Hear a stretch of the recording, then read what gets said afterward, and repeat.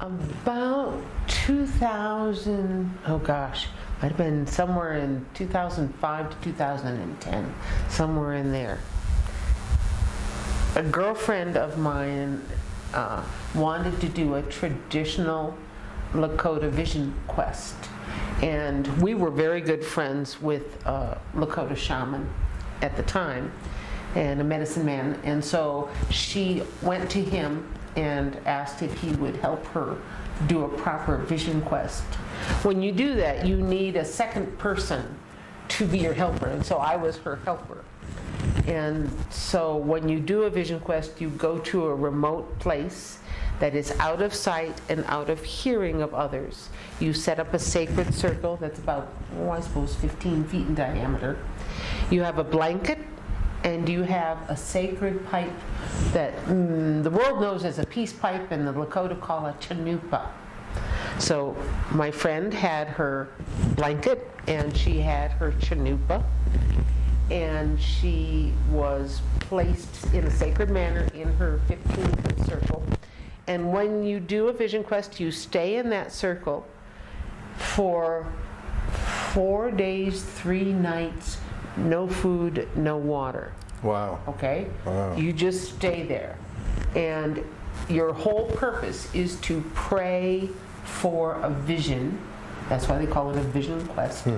To give you information about a specific thing that's going on in your life and assist you.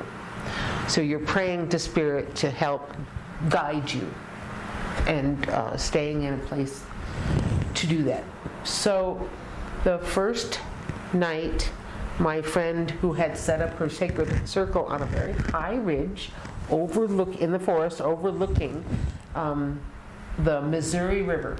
Yeah, there was a little bit of a bluff area, and it was the highest point on this 30-acre property that we were on.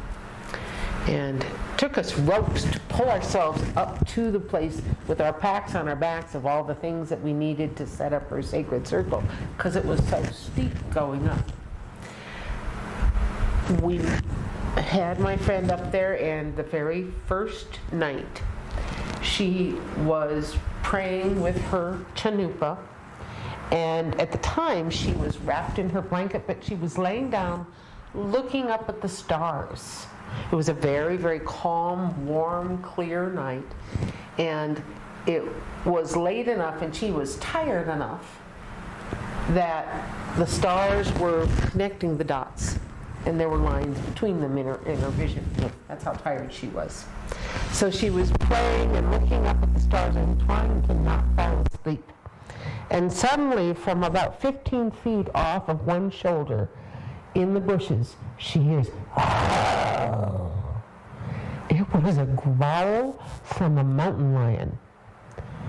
She didn't know it. She had set up her sacred circle on an animal walking path for the ridge. And the highest point was one of the points that this mountain lion normally went to survey things. Now, is she by herself? Yes. Oh, geez. She was in his spot, and he was not happy about it.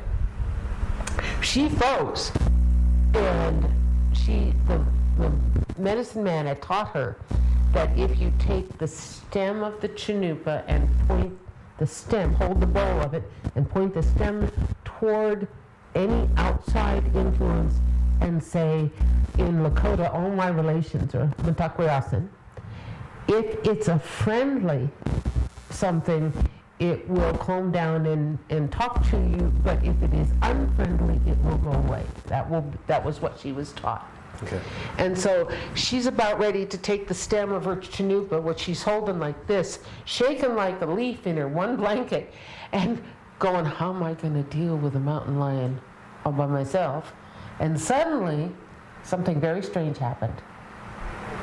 She was laying flat on her back on the ground and felt 2 hands grab her by the arms on both sides. And suddenly she was lifted up straight onto her feet. She still had her chanupa and her blanket around her like this. She was still shaking like this.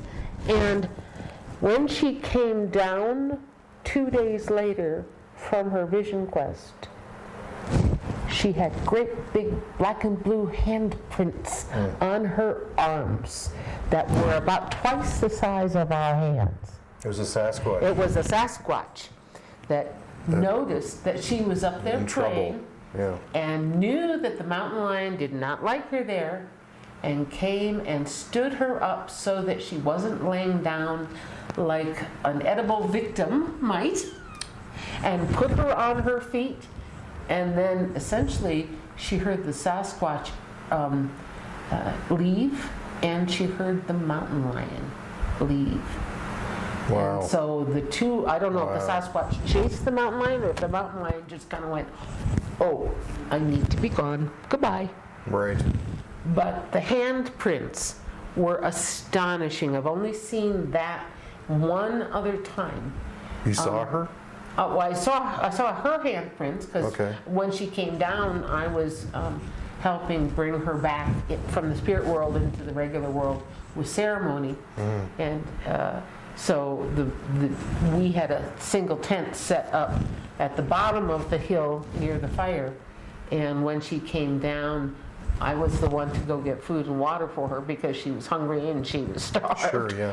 And then we brought her back through ceremony in a sweat lodge, and then she went to the tent, or I took her to the tent with me and made sure she had everything she needed.